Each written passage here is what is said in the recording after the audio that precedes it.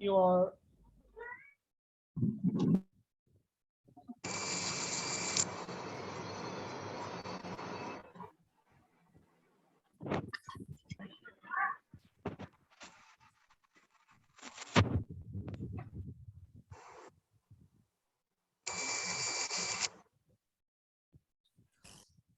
আসসালামু আলাইকুম।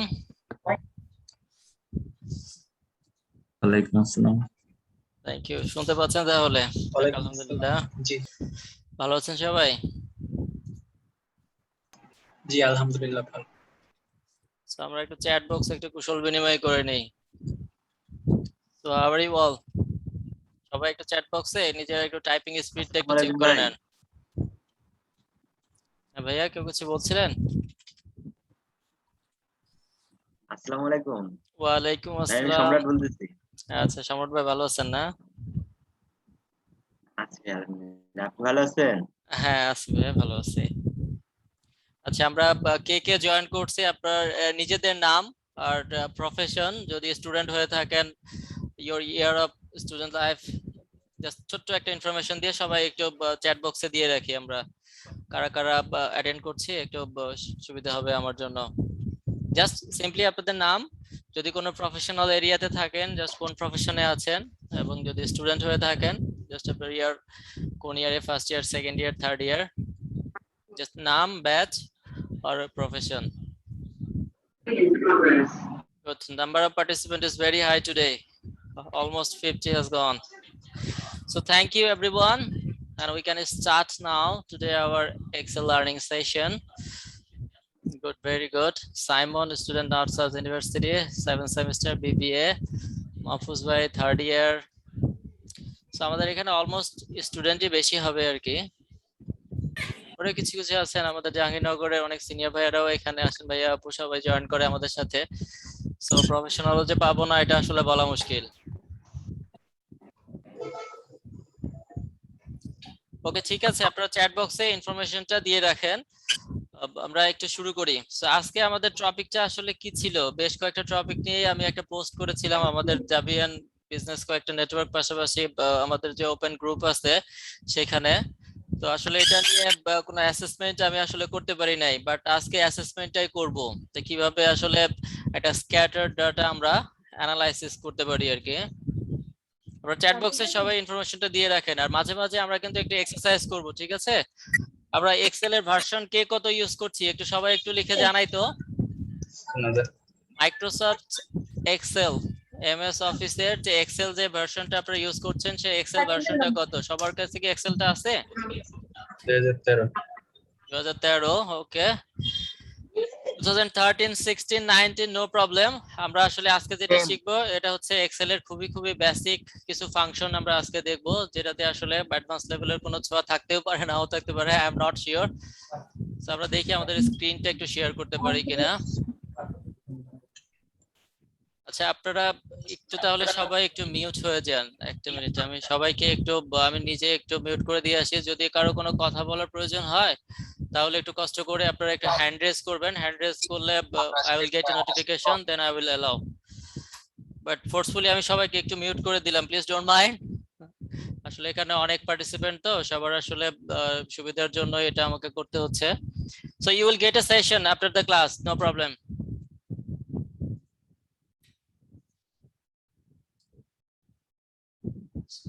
So chat বক্সে একটু দু একজন বলেন তো আমার স্ক্রিনটা একটু দেখা যাচ্ছে কিনা।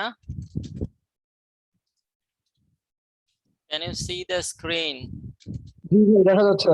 ওকে, আলহামদুলিল্লাহ। তাহলে আমাদের সেটআপ, অডিও সেটিং সবকিছু ঠিক আছে, আমরা এখন শুরু করতে পারি।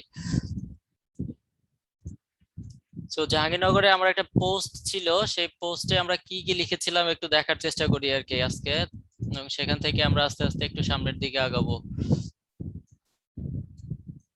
সরি, এটা ছিল না, আরেকটু উপরের দিকে যেতে হবে। আমরা ফেসবুকিং করি তো সবাই নাকি? আচ্ছা যাক, ইন্টারেকশনের সুযোগই দিলাম না, এখন আর প্রশ্ন করে লাভ নাই। সো আমরা এই 4টা টপিক নিয়ে একটু আলোচনা করেছিলাম যে এগুলোর মধ্যে কোনটা টপিক নিয়ে আজকে একটু আমরা একটা সেশন করতে পারি। The very first one was power query, VBA macro and user defined function.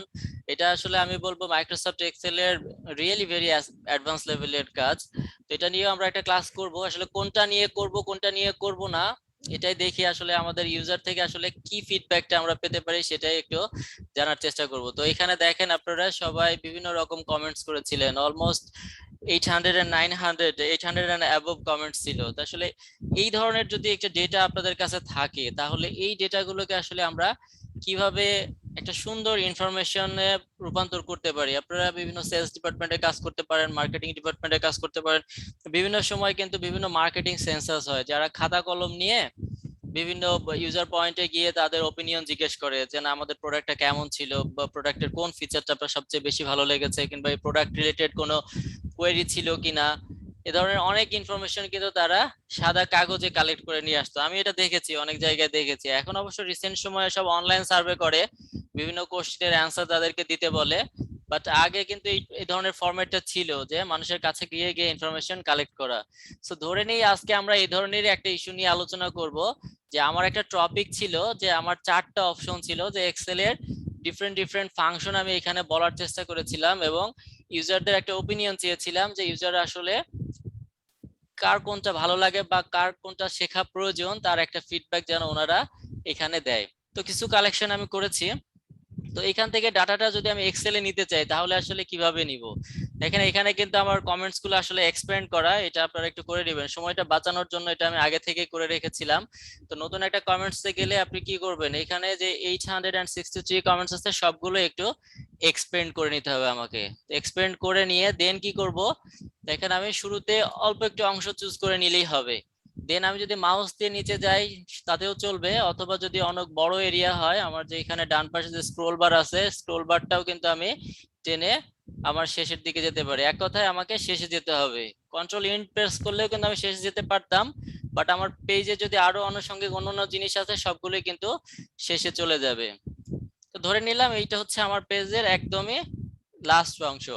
এখন আমি কি করব, আমার কিবোর্ড থেকে একটু শিফট বাটনটা প্রেস করে রাখবো, জাস্ট শিফট বাটনটা যদি প্রেস করে রাখি এবং আমি জাস্ট লাস্ট এরিয়াতে আরেকটা ক্লিক করব। তো ক্লিক করলে দেখেন শুরু থেকে শেষ পর্যন্ত যে এরিয়াটা ছিল পুরোটাই কিন্তু আমার কপি হয়ে গেছে। এখন আমি কি করব, জাস্ট এই ব্লকড এরিয়া ব্লু কালারের এরিয়াতে কি করব, এটা একটু জুম করে নিই তাহলে আপনাদের জন্য বুঝতে একটু সুবিধা হবে। যে এই এরিয়াতে ব্লকড এরিয়া যেটা ব্লু কালার হয়ে আছে, জাস্ট ব্লু কালারের উপর মাউস পয়েন্টারটা রেখে একটু রাইট বাটন যদি আমি ক্লিক করি তাহলে একটা অপশন পাবো হচ্ছে কপি। আমরা আলোচনা করছি হচ্ছে স্ক্যাটার ডাটাটাকে কিভাবে একটা অর্গানাইজড ডাটাতে কনভার্ট করতে পারি। তো স্ক্যাটার ডাটা আমরা পেয়ে গেলাম। আমরা এখন একটু এক্সেল এর একটা নতুন একটা শীট নিব। তো নরমালি যদি এক্সেল আইকনটা থাকে সেইখানে যদি আপনি রাইট ক্লিক করেন, এক্সেল এর যে ভার্সন ইনস্টলড আছে আমার এখানে 2016 আছে, সো এরকম একটা ব্ল্যাঙ্ক ওয়ার্কবুক আমরা নিব। সো এটা হচ্ছে আমার একটা ব্ল্যাঙ্ক ওয়ার্কবুক। সো ব্ল্যাঙ্ক ওয়ার্কবুকে আমি কি করব, জাস্ট কন্ট্রোল ভি করব।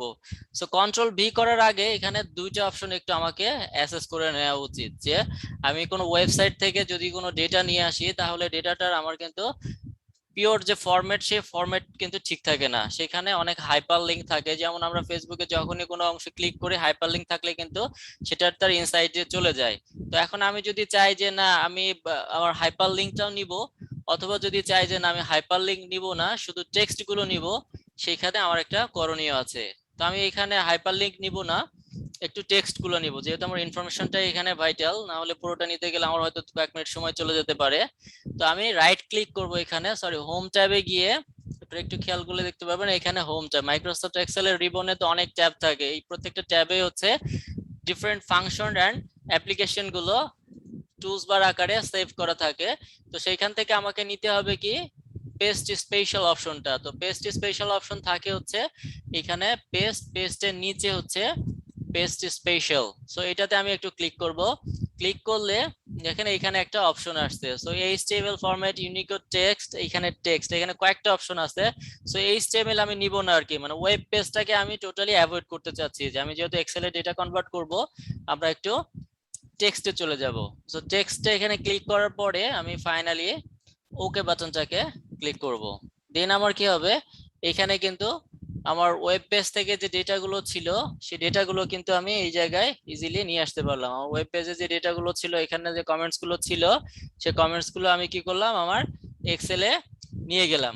তো এইটা হচ্ছে আমার ডেটা সোর্স। আমি যদি ডেটা অ্যানালাইসিসের কথা বলি, তাহলে ডেটা অ্যানালাইসিসে অবশ্যই থাকতে হবে কি, একটা ডেটা সোর্স থাকতে হবে। তার মানে কি, ডেটাটাকে আপনাকে কোথাও না কোথাও পেতে হবে। ডেটা না পাইলে আপনি অ্যানালাইসিস কি করবেন? যদি ডেটাই না থাকে তাহলে অ্যানালাইসিস তো করা যাবে না, তাই না? আমাকে অবশ্যই একটা ডেটা সোর্স নিতে হবে। সো ডেটা সোর্স গুলো আসলে আমাদের কমন ফরম্যাট কি কি, যারা অলরেডি কিছু কিছু জায়গায় অফিস করে ফেলেছেন তারা খুব ভালো বলতে পারবেন যে অফিসের দিনের শুরুতে আসলে কি করতে হয়। আমাকে একটা বায়োমেট্রিক ডিভাইসে কি করতে হয়, এন্ট্রি করতে হয়। বায়োমেট্রিক ডিভাইসে এখানে কি থাকে, কিছু কিছু জায়গায় আছে হচ্ছে ফিঙ্গারপ্রিন্ট, কিছু কিছু জায়গায় আছে ফিঙ্গারপ্রিন্ট আছে, কিছু কিছু জায়গায় কার্ড পাঞ্চ আছে। সো এটা হচ্ছে ওয়ান অফ দা সোর্স, যে ফিঙ্গারপ্রিন্ট দিলে কি হয়, এখানে তার একটা ডেটাবেস করা থাকে, সেখানে একজন এমপ্লয়ির একটা আইডি থাকে, আইডির এগেইনস্টে কি হয়, সে কোন সময় ইন করছে তার ইনটা থাকে, পাশাপাশি সে যখন অফিস থেকে বের হয় তখন তার আউট পাঞ্চটাও থাকে। তার মানে বায়োমেট্রিক ডিভাইস হচ্ছে one of the source of data preparation. তার মানে ডেটা আমার প্রিপেয়ার করতে হেল্প করছে হচ্ছে বায়োমেট্রিক ডিভাইস। সিমিলার আরো অনেক ডিভাইস আছে, যেমন পজ মেশিন আছে। আপনারা এটিএম কার্ড নিয়ে গিয়ে বুথে যান অথবা বিভিন্ন সেলস পয়েন্টে যান, সেখানে গেলে কি পাবেন, কার্ড পাঞ্চ করতে পারবেন। তো কার্ড পাঞ্চ করলে আসলে কি হয়, আপনার কার্ডের রিলেভেন্ট ডেটাটা ম্যাচ করলে সেখানে যে ট্রানজাকশনটা আপনারা করেন সেই ট্রানজাকশনটা সার্ভারে চলে যায়, যে ডাটাটা অর্গানাইজড হইতে থাকে। সো আমরা কথা বলছিলাম ডেটা সোর্স নিয়ে। যারা বড় বড় ইআরপি সিস্টেম দিয়ে কাজ করেন তাদের বড় বড় ডেটাবেজ আছে। সেই ডেটাবেজে কি হয়, একটা স্ট্রাকচারাল কোয়েরি ল্যাঙ্গুয়েজের মাধ্যমে ডেটাগুলো অর্গানাইজড হতে অ্যাজ এ টেবিল আকারে সেই জায়গাগুলোতে প্রিপেয়ার হয়। তো আমরা এখন এইখানে নাই, আমরা আছি হচ্ছে প্রি টেবিল স্টেজ। টেবিলে যাওয়ার আগেই হচ্ছে আমার ডাটা সোর্সিংটা এখানে আমাকে প্রিপেয়ার করতে হবে। আমরা র ডাটা নিয়ে কাজ করছি। এই ডাটাটাকে কেউ যদি নাম দিতে চান, এই ডেটাটা হচ্ছে র ডাটা। যারা ডেটা নিয়ে কাজ করেন তারা খুব ভালো বলতে পারবেন যে আসলে ডেটা প্রেজেন্টেশনের চাইতে data preparation and number crunching হচ্ছে সবচেয়ে টাফেস্ট জব। যে ডেটাটাকে আসলে ভিজুয়ালাইজেশন ফরম্যাট নেওয়া, যেমন এখন থেকে এই ডেটাটাকে যদি কেউ দেখে আসলে কেই বলতে পারবে না যে আসলে এখানে কোনো আদৌ কোনো মিনিং আছে কিনা। এটাকে মিনিংফুল ইনফরমেশনে কনভার্ট করতে গেলে আমাকে কি করতে হবে, অবশ্যই এটাকে একটা সুন্দর ফরম্যাটে আনতে হবে। এখন আমার যে ফার্স্ট যে শীটটা ছিল সেই শীটটাকে আমরা বলি হচ্ছে সোর্স। তো সবচেয়ে ভালো কথা হচ্ছে ডেটা নিয়ে যখন আপনারা কাজ করবেন অবশ্যই ডেটার একটা ব্যাকআপ নেবেন। এটা হচ্ছে ফার্স্ট শর্ত। এটা হচ্ছে আপনাকে ডেটা নিয়ে কাজ করার আগে অবশ্যই ডেটার ব্যাকআপ রাখতে হবে। সো ব্যাকআপ সবচেয়ে ভালো হয় যদি আপনি একটা ফাইলকে ডুপ্লিকেট করে নিয়ে কাজ করেন। তো এখানে আমি ডুপ্লিকেট ফাইলে যাব না, আমার যে সোর্স ফাইলটা আছে সেই সোর্স ফাইলটাকে আমি একটু ইনটেক্ট রাখবো। তো এটাকে নাম যদি আমি ইনটেক্ট একটু ফাইল একটু ইনটেক্ট লিখে দিই। আমরা ফাইল তো রিনেম করা মোটামুটি জানি। আমরা কি করব, এই যে শীট লেখা আছে এখানে 1 2 3, এখানে প্লাস চিহ্ন দিলে আরো নতুন শীট এখানে অ্যাড হবে। আমি যদি রাইট ক্লিক করি তাহলে আমি কি পাবো, এখানে রিনেম অপশন পাবো, অথবা এটা যদি ডাবল ক্লিক করি তাহলে এটা আমার রিনেম করার অপশন থাকবে। আরেকটা আছে শর্টকাট আছে অল্ট এইচ ও আর, এটা একটা শর্টকাট অল্ট এইচ ও আর ও। আর আমি যদি এভাবে যদি স্লোলি যদি করি তাহলে দেখেন এখানে কিন্তু চেঞ্জ করা যায়। তাহলে যাই হোক, এটা হচ্ছে ছোট ছোট ইস্যু, যে শীট গুলো কিভাবে আমরা নতুন শীট অ্যাড করব, কিভাবে এক জায়গা থেকে আরেক জায়গায় নিব, এটা হচ্ছে বেসিক লেভেলের কাজ। এগুলো আপনারা চাইলে খুব সহজেই শিখে নিতে পারবেন। সো আমার ফার্স্ট যে শীটটা ছিল সেই শীটটা হচ্ছে সোর্স। এই সোর্সটাকে আমি একটু ইনটেক্ট রাখবো, রেখে এখানে কাজ করব। তো এইটাকে ইনটেক্ট রেখে আসলে কিভাবে কাজ করা যায় সেটা তো আসলে জানার বিষয়, তাই না? তো এটাকে ইনটেক্ট রেখে কাজ করতে গেলে আমাকে কি করতে হবে, এটারই একটা কপি করে নিতে হবে। তো সবচেয়ে শর্টকাট ওয়ে হচ্ছে কন্ট্রোল বাটনটা প্রেস করে যদি এটাকে একটু নেড়ে চেড়ে ছেড়ে দিই তাহলে এটা ডাবল হয়ে যাবে। দেখেন এখন কিন্তু আর একটা নাই, এখানে কিন্তু ডাবল আছে। কি করলাম আমি, জাস্ট এখানে যেটাকে আমি ডাবল করব সেটাকে একটু সিলেক্ট করব, কন্ট্রোল বাটনটা প্রেস করে একটু দেখেন মাউসটা যখন আমি টান দিচ্ছি একটা প্লাস সাইন আসছে। তো এই প্লাস সাইনটা আসার পরে যদি আমি ছেড়ে দিই কন্ট্রোল বাটনটা তাহলে কিন্তু আমার এটা একটা কপি হয়ে যাবে। সো বাড়তি কপির দরকার নাই, আমি একটা কপি করে নিব। এখন কি করব, এটাকে রাইট ক্লিক করে ডিলিট করে দিব, যেহেতু আমার এটা একটা আননেসেসারি এক্সেল শীট ছিল সেটাকে আমি ডিলিট করে দিব। ওকে ফাইন, এখন তাহলে আমার ইনটেক ডাটা ইনটেক থাকলো। এখন আমি কি করব, এখানে there will be some activity, এখানে আমি কি করব, কিছু অ্যাক্টিভিটি করব। যদি অ্যাক্টিভিটিটা ফাইনালি মনে হয় যে না this is going to give me a fruitful decision, তাহলে আমি কি করব, এটাকে অ্যাকসেপ্ট করব, অথবা এটাকে ফেলে দিয়ে আবার এখানে কপি করে আবার যাব। তো এখন আমরা একটু ডাটা ক্লিনিং এ যাই, দেখি ডেটাটাকে একটু অর্গানাইজড করতে পারি কিনা। তো ফাইন, ফার্স্টে কি করব, আমরা এটার সিরিয়ালটাকে যদি আমি মেইনটেইন করতে চাই তাহলে কি করব, একটা সিরিয়াল ইনপুট দিয়ে নেওয়া ভালো। এখানে কি করব, একটু রাইট ক্লিক করে একটা হেডার দিয়ে দিই, যে এখানে আমি চাচ্ছি যে এখানে একটা সিরিয়াল দিব, এখানে একটা টাইটেল দিয়ে দিই, জাস্ট কিছু একটা দিয়ে দিই যেটা হচ্ছে নেম, সো একটা টাইটেল দিয়ে দিব। এখানে যদি চাই যে না আরো একটু অ্যাডিশনাল ইনফরমেশন আমার কিছু একটা থাকবে, এটা আমি একটা টেবিল বানাতে যাচ্ছি আর কি, যে টেবিলটা বানাতে চাচ্ছি। তো আমার এই দুটো হচ্ছে একটু ব্লক করে দিব, কন্ট্রোল বি, অথবা হোম ট্যাবে গিয়ে আমার যে এখানে বি বাটন আছে, বি বাটনটা প্রেস করলে আমি কি করতে পারি, এটাকে বড় ছোট করতে, বড় ছোট তো না বোল্ড করতে পারি, আর অ্যালাইনমেন্টে সোজা করতে পারি। আবার যদি চাই যে না আমার হেডারটাকে একটু আমি হাইলাইট করতে চাচ্ছি, তাহলে এখানে কি করবো, একটা ব্যাকগ্রাউন্ড কালার দিতে পারবো, অথবা যদি চাই যে না আমি টেক্সটটাকে একটু অন্যরকম কালার করতে চাচ্ছি, সেটাও আমরা কিন্তু করতে পারবো। এখন কি করব, আমরা এখানে একটা এক্সেল এর একটা সিরিয়াল বসাতে যাচ্ছি। এখন সিরিয়ালটা কত দূর যাবে, আর একটা কাজ করতে পারেন, আমরা যদি ছোট বড় চেহারা ডাটা নিতে চান তাহলে কি করবেন, মাউসের স্ক্রল বাটনটা একটু ঘোরালে ছোট বড় হয়ে যাবে, জুম ইন জুম আউট। ওকে, তাহলে আমি এখন কি করব, এটাকে একটা সিরিয়াল দিব। দেখি আমার ডেটাটা আসলে একদম লাস্ট এন্ডে কতটুকু আছে, এখান থেকে যদি আমি মাঝখানে রোতেই তো আমার ডাটাটা বেশি বি কলামে, তাহলে কি করব, বি কলামে কার্সর রেখে কন্ট্রোল যদি ইন বাটনটা প্রেস করি তাহলে কিন্তু আমার, অথবা টেবিলের just control in button press করলে টেবিলের একদম লাস্টে ডেটাটা চলে যাবে। আমার কার্সর কিন্তু এখন সবচেয়ে শেষে চলে আসছে। এখন কি করব, আমি এটাকে আমার যে কলামে আমি সিরিয়ালটা দিতে চাচ্ছি, ঠিক আছে, সেইখানে কার্সরটা রেখে কি করব, কন্ট্রোল শিফট এবং আপ অ্যারো, কন্ট্রোল শিফট এবং আপ অ্যারো যদি ক্লিক করে, তাহলে এখন কিন্তু আমার এই কলামটা পুরোপুরি সিলেক্ট হয়ে গেছে। এখন এখানে একটা দেখার বিষয় আছে, A1 সেলে যে ইনফরমেশনটা আছে, this is not actually my field for serial number 1, এটা হচ্ছে হেডার। এখন আমি কি করব, যদি আবার ডাউন অ্যারো ক্লিক করি তাহলে পুরোটা চলে যাবে, এইজন্য আমাকে কি করতে হবে, শিফট বাটনটা প্রেস করে রেখে, এখন কিন্তু কন্ট্রোল শিফট না, শুধু শিফট বাটনটা প্রেস করে আমি কি করব, শুধু একবার ডাউন অ্যারো ক্লিক করব, তাহলে কি হলো, আমার এখানে কিন্তু একটা সেল ডিসিলেক্ট হয়ে গেছে। এখন আমি কি করব, একটা ফর্মুলা টাইপ করব, সেই ফর্মুলাটা হচ্ছে রো, ROW, রো। তো রো যদি আমি করি এখানে, তাহলে কি হবে, এখানে আমার ব্র্যাকেটটা একটু ক্লোজ করতে হবে, এখানে আসলে কোনো লজিক্যাল আর্গুমেন্ট দিতে হয় না, ব্র্যাকেটটা জাস্ট ক্লোজ করতে হবে। এখানে অ্যাডিশনাল আরেকটা ইনফরমেশন আমি বলবো, রো হচ্ছে সেল পজিশন, মানে একটা এক্সেল শিটে ওই সেলটার রো নম্বর কত সেটা মিন করে, বাট এটা আসলে শুরু হয়েছে আমার আসলে দ্বিতীয় রো থেকে, সেজন্য এখানে আমাকে একটু -1 দিয়ে নিতে হবে, তাহলে আমার 2 থেকে 1 বাদ দিলে আলটিমেটলি 1 থেকে শুরু হবে। এখন আমি কি করব, ফাইনালি ইন্টার প্রেস না করে এখানে আমাকে একটা ট্রিক কাজে লাগাতে হবে, সেটা হচ্ছে control inter. So control inter যদি প্রেস করি তাহলে আমার মোটামুটি এখানে দেখা গেল যে আমার অলমোস্ট 2560 নম্বর সিরিয়াল পর্যন্ত আমার সিরিয়ালটা হয়ে গেল। এখন আমি এখানে কি করব, আমি যদি চাই যে না এই ফর্মুলাটা আমাকে ঝামেলা করতে পারে, ফর্মুলাটাকে আমি কি করব, চাইলে ভ্যালুতে কনভার্ট করে নিতে পারি, কন্ট্রোল সি ফর কপি। আমার এখানে হচ্ছে রিবনটা একটু হাইড করা আছে, কন্ট্রোল F1 হচ্ছে রিবনটাকে ভিজিবল করা, আবার কন্ট্রোল F প্রেস 1 করলে সেটা চলে যাবে। তো এটা করার উদ্দেশ্য হচ্ছে আমার যদি অনেক বড় ডেটা নিয়ে কাজ করি, আমার এখানে স্ক্রিনে একটু জায়গা বেশি হলে অনেক ভালো হয়। তো আমি কি করব, এখানে এই ফর্মুলাটাকে কি করব, ভ্যালুতে কনভার্ট করব। সো ভ্যালুতে কনভার্ট করতে গেলে কি করতে হবে, ওই ফর্মুলা এটাকে কপি করে নিয়ে পেস্ট করলে হবে না, পেস্ট করলে সেমটাই থাকবে, এটাকে পেস্ট স্পেশাল করে অ্যাজ এ ভ্যালু আকারে দিয়ে দিব। সো ভ্যালু আকারে দিয়ে দিলাম, তাহলে এখানে আমার এখন আর ফর্মুলা থাকবে না, এটাকে সিরিয়াল হয়ে যাবে। আলটিমেটলি এটা আমি ড্র্যাগ এন্ড ড্রপ করেও করতে পারতাম, ড্র্যাগ এন্ড ড্রপ করেও করা যেত, বাট এখানে একটা ট্রিক দেখে নিলাম। আসলে আমরা তো এখানে ট্রিক শিখতে আসছি, তাই না, আমার যে মনে করেন শুরু থেকে শেষ পর্যন্ত এক্সেল এর যে বিভিন্ন ফাংশন গুলো শিখবো, এগুলোর আসলে আউটপুট কি, কোথায় কাজে লাগাবো, তাই না। আমরা যখন প্র্যাকটিস করি, তখন প্র্যাকটিস করলে কি করি, হয়তো কেউ একজন প্যালেন্টি শুটার আছে, সে কি করে, শুধু তার কিকটাই ভালো করে করার চেষ্টা করে, তো ওইখানে তার স্পেশাল দক্ষতা।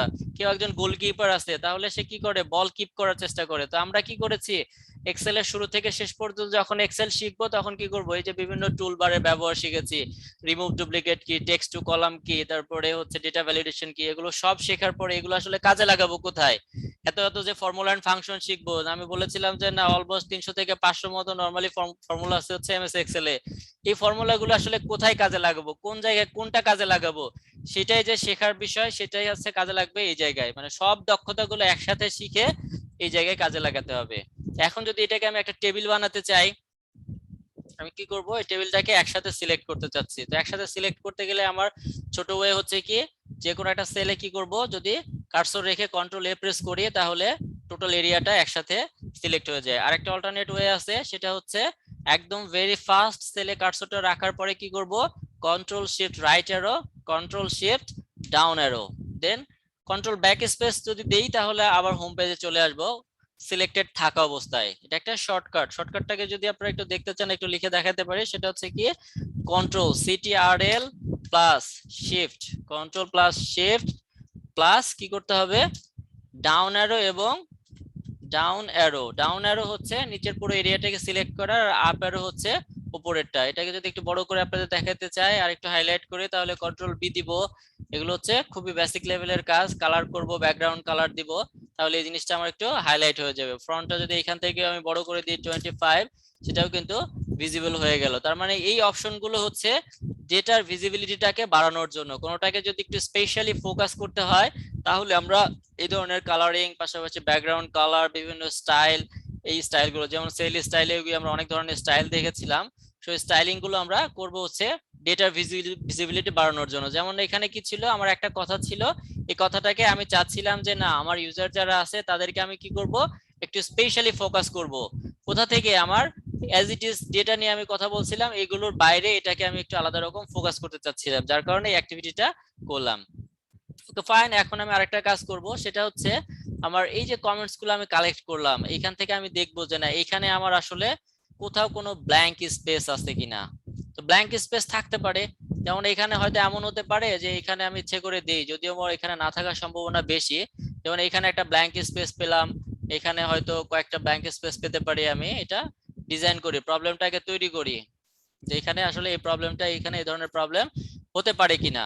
তো এখানে হচ্ছে এরকম থাকতে পারে যে আমার 5000 6000 ডেটা আছে, but I am not sure যে এর মাঝখানে কোথাও কোনো ব্ল্যাঙ্ক স্পেস আছে কিনা, কারণ ব্ল্যাঙ্ক স্পেস গুলো তো আমার আসলে দরকার নাই।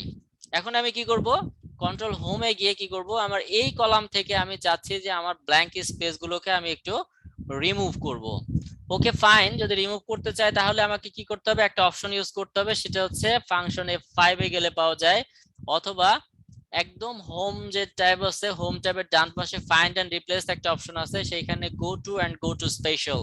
সো এই দুইটার সেকেন্ড অপশনে যেতে পারবেন, অথবা গো টু তে গেলে আরেকটা স্টেপ গেলে গো টু স্পেশাল, অথবা কিবোর্ড থেকে যদি আপনি সংক্ষেপে F5, সংক্ষেপে তো না, জাস্ট F5 যদি প্রেস করেন তাহলে আপনি ওই জায়গাটায় যেতে পারবেন। তো দেখি একটু F5 প্রেস করে, এবং আমার সিলেক্টেড থাকতে হবে বি কলাম। সো বি এর মাথার উপর যদি ক্লিক করি, একটা সেলে ক্লিক করলে একটা সেল সিলেক্ট হবে, বাট যদি আমি বি যে লেখাটা আছে এই লেখাটাকে যদি সিলেক্ট করি দেন পুরো আমার কলামটা সিলেক্ট হবে। এখন আমি কি করব, এখানে F5 প্রেস করব। F5 প্রেস করার পরে আমি গো টু তে যাব, দেন হচ্ছে গো টু অপশনটা আমার আসার পরে স্পেশালে ক্লিক করব। স্পেশালে ক্লিক করার পরে এখানে অনেকগুলো অপশন আছে, তার মধ্যে ওয়ান অফ দা অপশন হচ্ছে ব্ল্যাঙ্কস। সো এই বাটনটাকে, এগুলোকে রেডিও বাটন বলে। রেডিও বাটন হচ্ছে অপশনস, দ্যাট মিন্স আপনি যেটা সিলেক্ট করবেন শুধু সেটাই অ্যাক্টিভেট হবে, বাকিগুলো ইনঅ্যাক্টিভেট হবে। এখানে সবগুলোরই একটা প্রত্যেকটা আলাদা আলাদা ডিফারেন্ট ফাংশন আছে। So this time I am choosing blank. So ব্ল্যাঙ্কটাকে চুজ করার পরে কি করব, একটু ওকে বাটনটাকে প্রেস করব। ওকে, ওকে বাটনটা প্রেস করলাম। দেন এখানে দেখা যাবে কি, আমি যদি একটু নিচে স্ক্রল করে দেখেন যে এখানে যেখানে ব্ল্যাঙ্ক রো আমি ইনসার্ট করলাম সেই জায়গাগুলো একটু ব্লক হয়ে আছে। এখানে 4টা ছিল, এখানে 5টা ছিল, এইভাবে যত এরিয়াতে যতগুলো ব্ল্যাঙ্ক থাকবে আলটিমেটলি ব্ল্যাঙ্ক লেখাটা সিলেক্ট হয়ে যাবে। এখন কি করতে হবে, আগের মতো এই ব্লক এরিয়াতে আমার মাউস পয়েন্টারটা রাখতে হবে, রেখে একটু রাইট ক্লিক করতে হবে। রাইট ক্লিক করার পরে এখানে lots of option will appear, তার মধ্যে একটা অপশন হচ্ছে ডিলিট। তার মানে আমার উদ্দেশ্য হচ্ছে যদি আমার ডেটার মাঝখানে কোনো ব্ল্যাঙ্ক রো থাকে, আমি ব্ল্যাঙ্ক রোটাকে একটু রিমুভ করতে চাচ্ছি।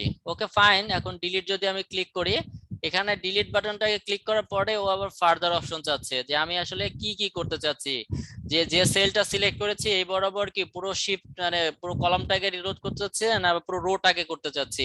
তো এই ক্ষেত্রে আমাকে এন্টায়ার রো অপশনটাকে চুজ করতে হবে, তাহলে আমার কি হবে, আমার সিলেক্টেড যে সেলগুলো আছে এই বরাবর যে পুরো কলামটা থাকবে আলটিমেটলি সেই কলামটাকে সে রিমুভ করে দিবে। এখন যদি আমি ওকে বাটনটা প্রেস করি তাহলে আমি আমার যে ব্ল্যাঙ্কের যে অপশনগুলো ছিল যে জায়গায় ব্লক হয়েছিল এই ব্লক জায়গাগুলো কিন্তু লেখা চলে আসছে। তার মানে আমি যদি একটু হোমে গিয়ে যদি আবার কন্ট্রোল এন্ড প্রেস করি এখন কিন্তু পুরো শীটের ইয়েতে চলে আসছে কন্ট্রোল এ। আমি কন্ট্রোল শিফট ডট বাটন এটার ব্যবহার কেউ জানেন কিনা? কন্ট্রোল শিফট ডট এটা হচ্ছে একটা টেবিলের যে চারপাশে মাই গড একটু ভুল হয়ে গেছে সরি, এখানে একটু কন্ট্রোল জেড প্রেস করে নিতে হবে। এরকম কোনো সময় যদি কাজ করতে গিয়ে উল্টাপাল্টা ক্লিক লেগে যদি ডাটার 12টা বেজে যায় তার জন্য শর্টকাট হচ্ছে কন্ট্রোল জেড। আমার এটা মনে হয় এটাই কপি হয়ে বাকি চারটাতে বসে গেছে আর কি। কন্ট্রোল জেড প্রেস করলে আমি কি করব আগের জায়গায় একটু ফিরে আসতে পারবো। ওকে ফাইন, এই ডাটাগুলোকে আমি একটু আননেসেসারি ডাটাগুলোকে একটু কন্ট্রোল মাইনাস দিয়ে একটু বাদ দিয়ে দিই। কন্ট্রোল মাইনাস এর শর্টকাট হচ্ছে এই যে শীটগুলো আছে এই শীটগুলোকে আমি যদি চাই যে না একসাথে একটু ইয়ে করতে চাচ্ছি, সরি এখানে 4 দিয়ে কন্ট্রোল এন্টার প্রেস করব। এখানে 4টা রো আছে, 4টা রোকে যদি আমি একসাথে যদি শর্টকাট দিয়ে বাদ দিতে চাই তাহলে কন্ট্রোল মাইনাস হচ্ছে একসাথে শীটগুলোকে রিমুভ করার জন্য। তো আমি যেটা দেখতে চাচ্ছিলাম সেটা হচ্ছে আমার এই যে পুরো যে ডেটার এরিয়াটা আছে এখানে কত আছে ডেটা, অলমোস্ট সিরিয়াল গেছে 2560। এই 2560টাকে যদি আমি ম্যাথমেটিক্যাল এক্সপ্রেশন দিয়ে যদি কাউন্ট করতে চাই তাহলে কি অবস্থা হবে একটু দেখি। কাউন্ট ব্ল্যাঙ্ক হচ্ছে, সরি কাউন্ট ব্ল্যাঙ্ক না, আমাকে কাউন্ট ইউজ করতে হবে। তো এখানে কাউন্ট এবং কাউন্টটা দুইটা ফর্মুলা আছে, এই দুইটা একটু জানা থাকতে হবে আর কি। কাউন্ট অ্যাকচুয়ালি শুধু নাম্বারকে কাউন্ট করে আর কাউন্টটা হচ্ছে নাম্বার এবং টেক্সট দুইটাকেই কাউন্ট করবে। সো কাউন্টটা যদি আমি লিখতে চাই COUNTA, সো এখানে কাউন্ট অপশনটা যদি চুজ করি তাহলে এই এরিয়াতে কি করব আমি জাস্ট প্রথম সেলটাতে কার্সর রেখে সিলেক্ট করার পরে কন্ট্রোল শিফট ডাউন এরো দিলে আমার পুরো এরিয়াটা সিলেক্ট হয়ে যাবে। একদম শেষে চলে আসছে, শেষের আসাটা থেকে যদি আমি পেছনে ফিরতে চাই কন্ট্রোল ব্যাক স্পেস দিলে আমার ইনিশিয়াল জায়গাটাতে চলে আসবে। তো এই এরিয়াটাকে যদি আমি এখন ব্র্যাকেট ক্লোজ করে একটু ইন্টারপ্রেস করি তাহলে দেখেন 2556টা ডাটা আছে। এখন যদি আমি দুই এক ভদ্রলোককে একটু মুছে দিই তাহলে আমার কি হচ্ছে এই জায়গাগুলোতে ব্ল্যাঙ্ক স্পেস তৈরি হচ্ছে এবং এখানে সংখ্যাগুলো কিন্তু কমে যাচ্ছে। ঠিক সিমিলারলি যদি আমি সেম এরিয়াতে কি করব আরেকবার একটু এখান থেকে যদি কেউ ফর্মুলা কেউ কপি করতে চান সেম টু সেম যদি রাখতে চাই কেউ তাহলে কি করতে হবে, আমার যে সেল আছে সেলের ভিতরে গিয়ে কপি করে এনে তারপরে হচ্ছে এই সেলটা অ্যাক্টিভেট করে দেন পেস্ট করতে হবে।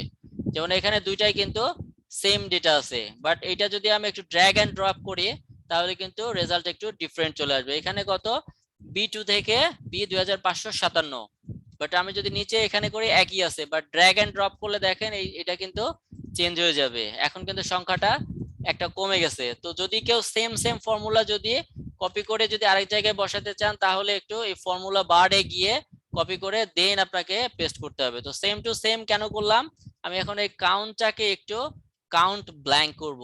সো কাউন্ট ব্ল্যাঙ্ক দেন আমি কি করব এখানে ইন্টারপ্রেস করব। তাহলে আমি কি পেলাম, এবার বি কলামে যে ডেটাগুলো আছে সেই ডেটাগুলোর মধ্যে কতগুলো হচ্ছে আমার ফিল্ড ডাটা আছে আর কতগুলো ব্ল্যাঙ্ক ডাটা আছে সেটা বের করার জন্য আমাকে দুইটা ফর্মুলা ইউজ করতে হতে পারে।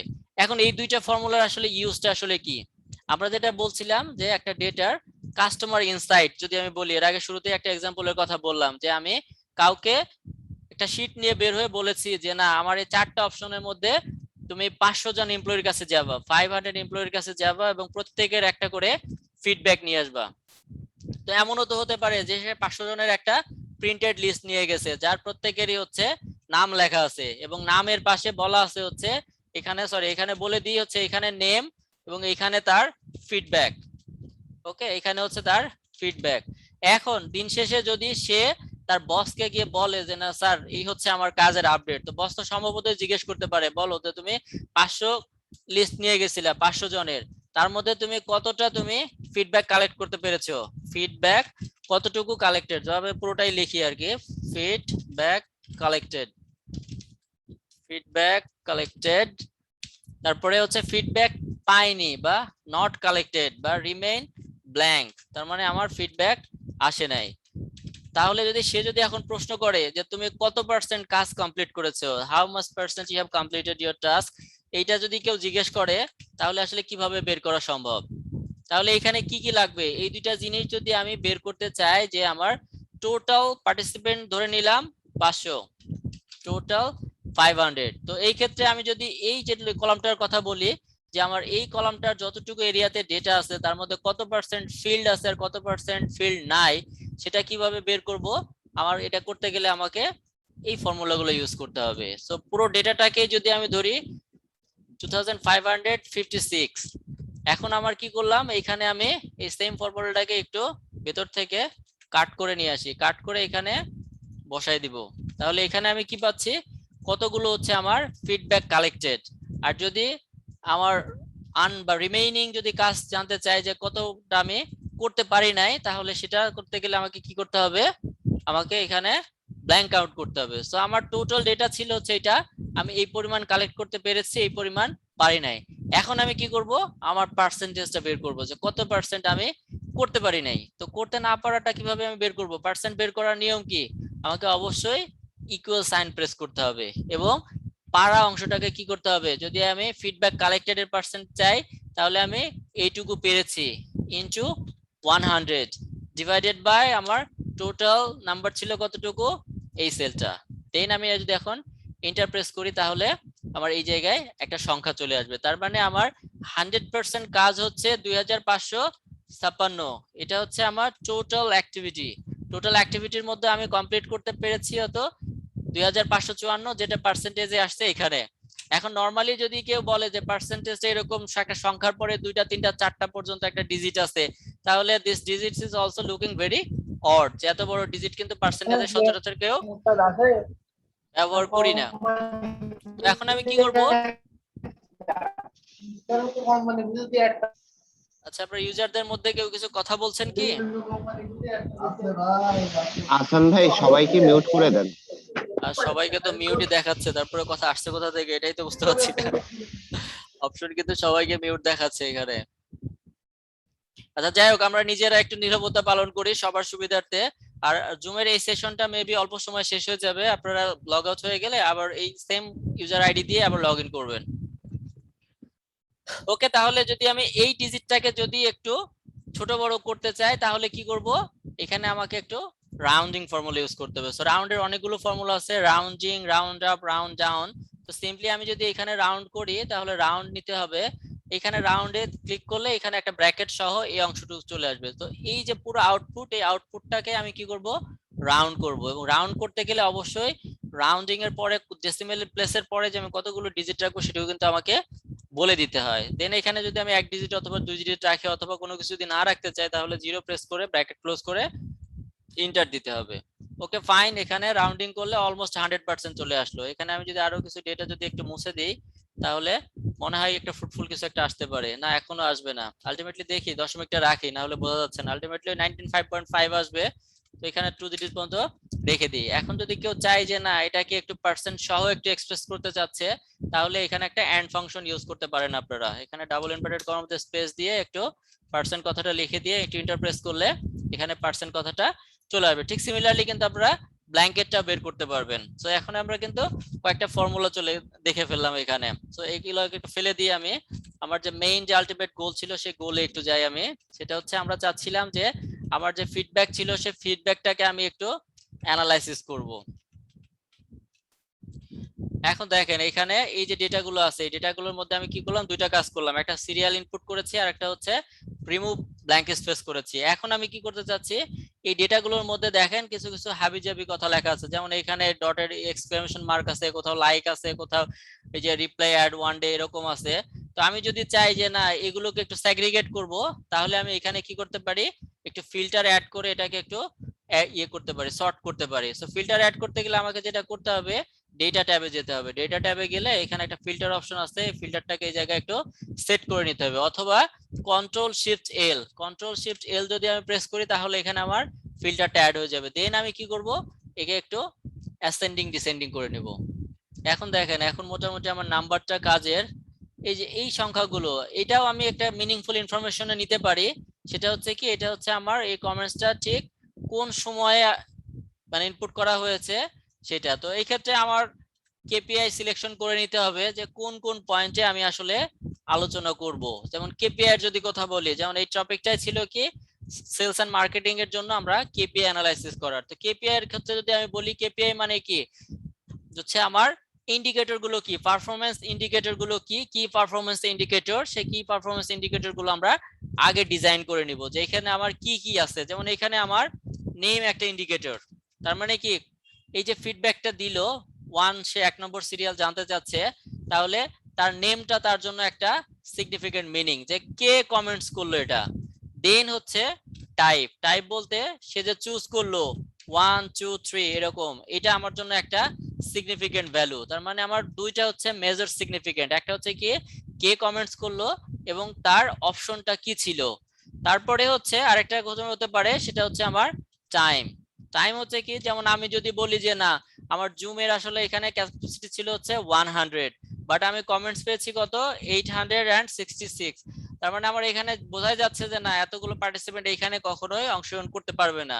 বাট যেহেতু আমার একটু প্রিভিয়াস এক্সপেরিয়েন্স ছিল যে না, যেমন দেখেন এতগুলো কমেন্টস এর মধ্যে মাত্র 68 পার্টিসিপেন্ট হয়েছে, সো আমি একদমই ওরিড ছিলাম না যে আমি এতগুলো পার্সনকে কোথায় জায়গা দিব, ধরেই নিছি যে না 100% কখনোই আমার অকুপাইড হবে না। তো ঠিক আছে, তো আমি যদি যাই না ধরেই নিতাম যে এই পুরো পার্টিসিপেন্টই হচ্ছে আমার এখানে অংশগ্রহণ করবে, তাহলে আমি কি করব, আমার প্রথম যে 100 জন যে কমেন্টস করেছে আমি শুধু তাদেরকেই আমার ইউজার আইডি এবং ক্রেডেনশিয়ালটা যদি আমি শেয়ার করতাম, যদি রিয়েলিস্টিক বেসিসে আমি করতে চাইতাম, তাই না? কারণ আমার হাতে যদি 100 পিস একটা জিনিস থাকে, আমি যদি মানুষকে ডেলিভারি করতে চাই যে প্রথম 100 জন নেওয়ার পরে তো বাকিরা কিছু পাবে না, তাই না? তো আলটিমেটলি এখানে টাইমটাও একটা কেপিআই, যে টাইমটাও আমার এখানে একটা অ্যাসেস করা ইস্যু, যে কত আগে। তো সেই ক্ষেত্রে আমার এখানে টাইমটাকে আমি একটু নেগলিজিবল ধরলাম, যে টাইমটাকে আমি এখানে নিব না। আপনারা যদি ঠিক সিমিলার সেলস এন্ড মার্কেটিং এর কথা চিন্তা করেন, তাহলে আপনার কি হবে, অবশ্যই আপনাকে চিন্তা করতে হবে প্রোডাক্ট, যে আপনি আইদার প্রোডাক্ট বিক্রি করেন বা ম্যাটেরিয়াল বিক্রি করেন, আপনার এটা প্রোডাক্ট হবে একটা বিগ কেপিআই। দেন হচ্ছে এর সেলস, যে আপনি প্রত্যেকটা প্রোডাক্ট কি অ্যামাউন্ট বিক্রি করছেন। আপনার যে প্রোডাক্টের সেলিং ভ্যালু অনেক হাই হবে সেটা আপনার ঘরের লক্ষ্মী হবে, তার মানে কি এই প্রোডাক্টটাকে আপনাকে অবশ্যই সেইভাবে কেয়ার করতে হবে। এই প্রোডাক্টটা কারা খায়, কখন কখন খায়, সেগুলো আপনার জন্য খুবই ভাইটাল। তো প্রোডাক্ট একটা কেপিআই, সেলস একটা কেপিআই, তারপরে টাইমও একটা কিন্তু কেপিআই। যেমন সেলস এন্ড মার্কেটিং এর ক্ষেত্রে ঈদের যে অকেশন গুলো আছে, ঈদ কিন্তু খুবই স্পেশাল, ঈদ বলেন কিংবা পূজা বলেন কিংবা বড়দিন বলেন, এগুলো কিন্তু একটা বড় বড় অকেশন। সো এই অকেশনের সামনে কি আপনাকে কিন্তু সাফিসিয়েন্ট স্টক রাখতে হবে, সাফিসিয়েন্ট স্টক রাখতে হবে। সো এই যে আরেকটা কেপিআই চলে আসলো, সেটা হচ্ছে স্টক, যে আপনার স্টক একটা কেপিআই। দেন এই যে এগুলো যে আপনি বানাচ্ছেন, বানানোর জন্য আপনার কি লাগবে, আপনার র ম্যাটেরিয়াল লাগবে। সো র ম্যাটেরিয়াল, এখন র ম্যাটেরিয়ালের কি হবে, কিনতে গেলে আপনার কি করতে হবে, পারচেজ করতে হবে। সো পারচেজিং ভ্যালু হচ্ছে একটা কেপিআই, পারচেজিং ভ্যালু হচ্ছে একটা কেপিআই। আপনি যদি বেশি লাভ করতে চান, আপনার দুইটা ওয়ে, একটা হচ্ছে কি আপনাকে সেটা বেশি দামে বিক্রি করতে হবে, অথবা কেনার সময় কি করতে হবে, আপনার সেটাকে কম দামে র ম্যাটেরিয়াল কিনে বানাতে হবে। আরেকটা কস্ট আছে, সেটা হচ্ছে কনভার্সন কস্ট বলি আমরা, যে আপনার বানাতে যে খরচটা হয় সেই খরচটাও যদি আপনি কমান, তাহলেও আপনার লাভটা কিন্তু বেশি হবে। তো এইভাবে আপনি যখনই কোনো ডেটাকে অ্যানালাইসিস করতে যাবেন, অবশ্যই আপনাকে ডেটাকে নাম্বার অফ ডিফারেন্ট ওয়েতে আপনাকে কোশ্চেন করতে হবে, যে এই ডেটা থেকে আসলে আপনি কি চাচ্ছেন বা কি আউটকাম আপনার দরকার। যেমন এখানে আমি বললাম যে ইনভেন্টরি ম্যানেজমেন্ট একটা অপশন হবে এখানে, এবং ইনভেন্টরির ক্ষেত্রে আপনার প্রাইস অবশ্যই একটা ফ্যাক্টর থাকতে হবে। আবার কিছু কিছু ক্ষেত্রে দেখা যাবে যে না, প্রাইসিং এর ক্ষেত্রে যদি আপনার মানে ছোট প্রাইসে মানে কম দামে জিনিস কিনতে গিয়ে যদি আপনার অনেক ডিস্টেন্স দৌড়াইতে হয়, তখন কিন্তু শিপমেন্ট যে কস্ট আছে সেই কস্টের কথাও চিন্তা করতে হবে।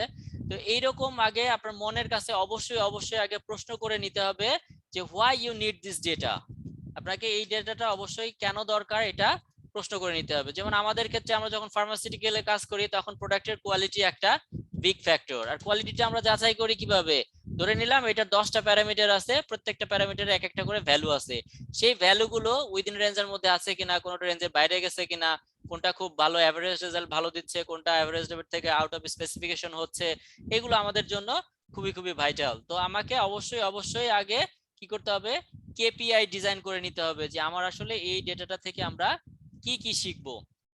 তো আমার এই ক্ষেত্রে আমার দুইটা কেপিআই মূলত, একটা হচ্ছে আমার যে ভ্যালু ইনপুট করতে বলেছিলাম 1 2 3 4, এই ভ্যালুটা আমার জন্য একটা বিগ কেপিআই, আর একটা ছিল নাম। তো এইগুলো ছাড়া বাকি যেগুলো আছে সেগুলো আমি কি করব, একটু ফেলে দিব। তো ধরে নিলাম আমার এখানে যে রিপ্লে কথাগুলো আছে এই রিপ্লে গুলো আমি কি করব মাউস থেকে স্ক্রল করে, অথবা আমি যদি এমনি স্ক্রল করে শেষের দিকে আসি, এসে কি করব এটাকে জাস্ট কন্ট্রোল মাইনাস দিয়ে ফেলে দিব। ঠিক আছে, এটুকু আমি কি করব রাইট ক্লিক করতে পারি, অথবা কন্ট্রোল মাইনাস ক্লিক করলেও আমি এগুলো